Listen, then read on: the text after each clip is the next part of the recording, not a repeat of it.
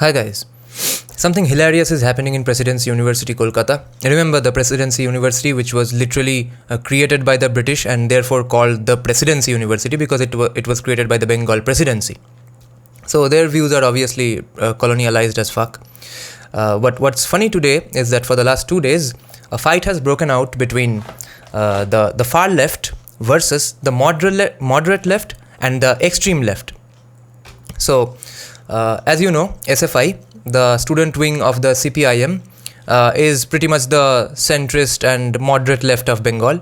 Trinamool Congress is the far left of Bengal, and their student wing TMCP.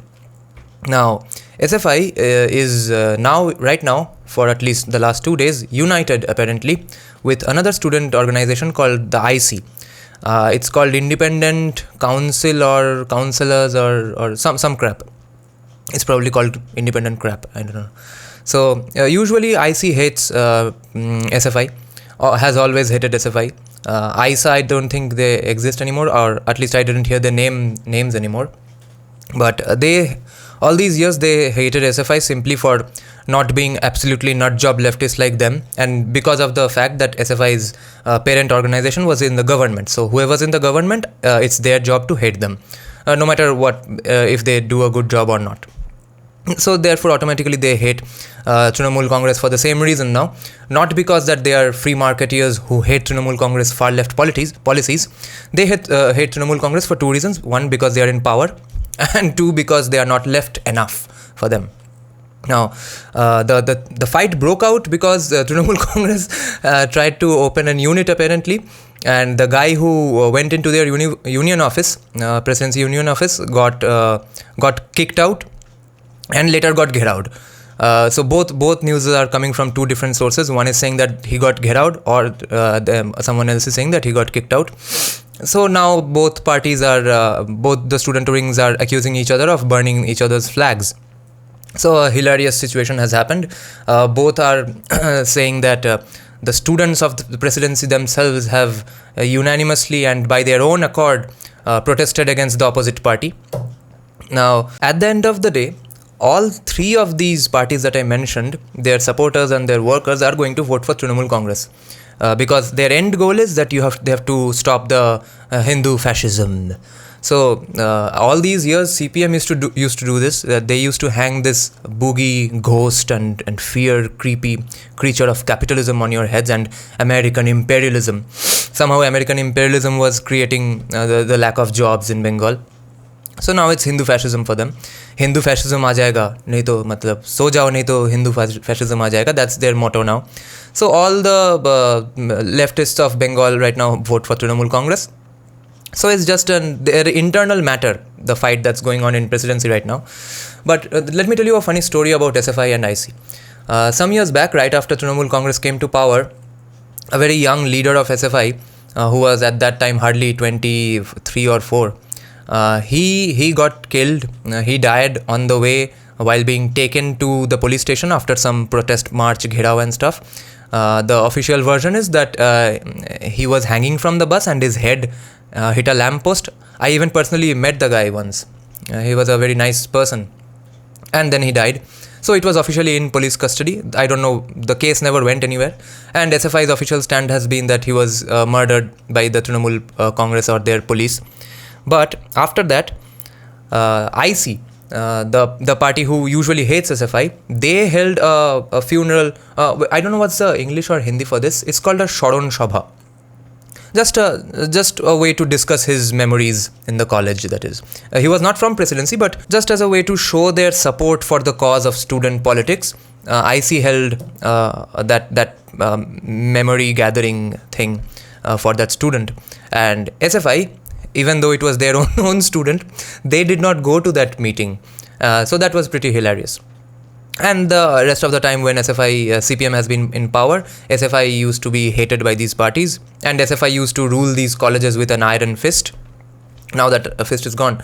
But the first thing that I like about today's news is that it's happening in a place called College Street, Kolkata, where Presidency University is, and it's literally the name of my channel. So I hope it's some promotion from my channel. The algorithm gods look at this in a nice way.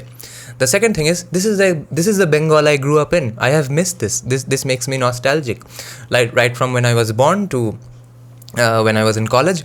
Now that doesn't mean that Trinamool improved the situation somehow, and that's why student politics and student violence decreased. No, because people got so fearful that they stopped doing anything anti-Trinamool anymore, and also that almost everyone became Trinamool supporters, because at the end of the day you have to stop Hindu fascism, so why bother? Now, people who have been beaten up by Trinamool's police, people who hate Trinamool otherwise, people who will always criticize Trinamool, they vote they vote for Trinamool.